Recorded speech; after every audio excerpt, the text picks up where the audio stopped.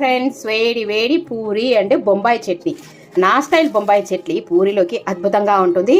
చూడండి ఎంత బాగుందో. వేడి వేడిగా ఈ బొంబాయి చట్నీ వేడి వేడిగా కాలిపోతుంది. పూరి బొంబాయి చట్నీ లేదా పిట్లా అంటారు. ఇది పూరిలోకి, చపాతీకి, అలాగే రొట్టెలోకి కూడా బాగుంటుంది. ఏ విధంగా చేసుకోవాలనేది ఈ బొంబాయి చట్నీ ఇప్పుడు వీడియోలోకి వెళ్ళిపోదాం రండి. Welcome to Varalakshmi Podarillu. నా స్టైల్ బొంబాయి చట్నీ అదేనండి, పిట్లా.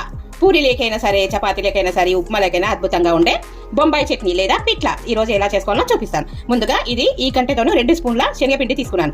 ఈ శనగపిండిని ఒక 5 నిమిషాలు ఇలాగా నీళ్ళలో నానబెట్టి పెట్టుకోవాలి. తర్వాత వచ్చేసి సన్నగా తరిగి పెట్టుకున్న ఉల్లిపాయలు, పచ్చిమిరపకాయలు, కరివేపాకు, ఇవి వచ్చేసి ఆలుగడ్డలు, క్యారెట్ కూడా తీసుకోవచ్చు, టొమాటోస్, ఏం లేకుండా ఓన్లీ ఉల్లిగడ్డ, పచ్చిమిరపకాయలు కూడా వేసి చేసుకోవచ్చు. ఇప్పుడు ఏ విధంగా చేస్తాననేది మీకు వీడియోలో చూపిస్తాను. అందరూ చూస్తున్నారు, తప్పకుండా లైక్స్ ఇవ్వండి, ప్లీజ్ సబ్స్క్రైబ్ చేసుకోండి. ఓకేనండి. కర్రీ ఈ బొంబాయి చట్నీ ఏ విధంగా చేసుకోవాలనేది ఇప్పుడు చూసేద్దాం. ముందుగా స్టవ్ మీద ఒక బాండి పెట్టుకుని అందులో ఆయిల్ వేసి వేడి చేసుకోవాలి. చూడండి, ఆయిల్ వేసాను. ఇప్పుడు ఆవాలు, జీలకర్ర వేసేసుకుందాం. ఇవి చిటపటమన్నప్పుడే మనము సన్నగా తరిగి పెట్టుకున్న ఉల్లిపాయలు, పచ్చిమిరపకాయలు, తర్వాత వచ్చేసి కరివేపాకు, అలాగే సన్నగా కట్ చేసి పెట్టుకున్న ఆలు ముక్కలు వేసి బాగా కొద్దిగా ఫ్రై అయ్యిద్దాం. ఫ్రై అయిన తర్వాత టొమాటో వేసుకుందామండి. ఇప్పుడు కొద్దిగా కలిపేసుకుందాం. ఆలు ముక్కలు ఇవన్నీ బాగా వేగనివ్వాలి ఆయిల్లో. ఇప్పుడు ఆలు ముక్కలు కొద్దిగా మగ్గిపోయినాయి కదా, టమాటాలు వేసేసుకుందాం. ఈ టమాటాలు కూడా మంచిగా మగ్గనివ్వాలి. ఒకసారి కలిపేసి మూత పెట్టేసుకుందాం. ఓకేనా, మూత పెట్టేసి ఒకసారి టమాటాలు, ఆలు మగ్గిపోయినాయేమో చూద్దాం. ఇప్పుడు మగ్గిపోయినాయి కదా, రుచికి తగినంత కొద్దిగా ఉప్పు వేసేసుకుందాం, తొందరగా మగ్గిపోతాయి.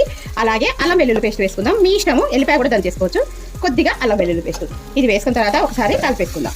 ఉప్పు వేస్తాం కదా, ఆలుగడ్డలు కొద్దిగా మెత్తపడనివ్వాలండి. మెత్తపడ్డాక మనం కొంచెం ఇప్పుడు రుచికి తగినంత కారం, అలాగే పసుపు, ఉప్పు ఇంతకుముందు వేసేసుకున్నాం కదా, కొద్దిగా ధనియాల పొడి, వేసేసి ఒకసారి కలిపేసుకొని ఈ విధంగా కొద్దిగా నీళ్ళు పోసుకుందాం. ఇది కర్రీ దగ్గర పడేదాకా నీళ్లు పోసుకుందాం. ఇది ఒకసారి ఇవన్నీ మరగనియాలండి నీళ్లు. ఇప్పుడు మనం వేసుకున్న వాటర్లో ఇవన్నీ మగ్గిపోయినాయేమో చూద్దాము. ఆలు మగ్గిపోయిందో లేదో ఒకసారి చెక్ చేసుకుందాము. కాలుతుందండి, చూడండి, ఆలు మగ్గిపోయింది. ఇప్పుడు మనం ఇంతకుముందు కలిపి పెట్టుకున్న శనగపిండి నీళ్ళలో కలిపి పెట్టుకున్నాం కదా, ఇది వచ్చేసి దీంట్లో పోసేసుకొని 1 నిమిషం మగ్గనియాలి. అంతేనండి, పిట్లా రెడీ. పూరితోనే అద్భుతంగా ఉంటుంది. ఒకసారి కొద్దిగా దగ్గర పడేంత వరకు ఉడకనిద్దాం. చూడండి, కుత్తమని ఎలా ఉడుకుతుందో. అంతేనండి, ఈజీగా ఉంటే బొంబాయి చట్నీ రెడీ. మనకి ఇది పూరికి, ఉప్మాలోకి చాలా బాగుంటుంది, దోశలోకి చాలా అద్భుతంగా ఉంటుంది, చపాతీలోకి, నాన్లో కూడా తినొచ్చు. మేమైతే అన్నిట్లో కూడా యూజ్ చేసుకుంటామండి. చాలా అద్భుతంగా ఉంటుంది. ఇంకా ఇప్పుడు మనం పూరితో సర్వ్ చేసుకుందాము. ఓకేనా, అద్దరగొట్టే రుచితోని బొంబాయి చట్నీ లేదా పిట్లా. వీడియో నచ్చితే లైక్ చేయండి, సబ్స్క్రైబ్ చేసుకోండి. Thank you for watching. Please subscribe. Bye.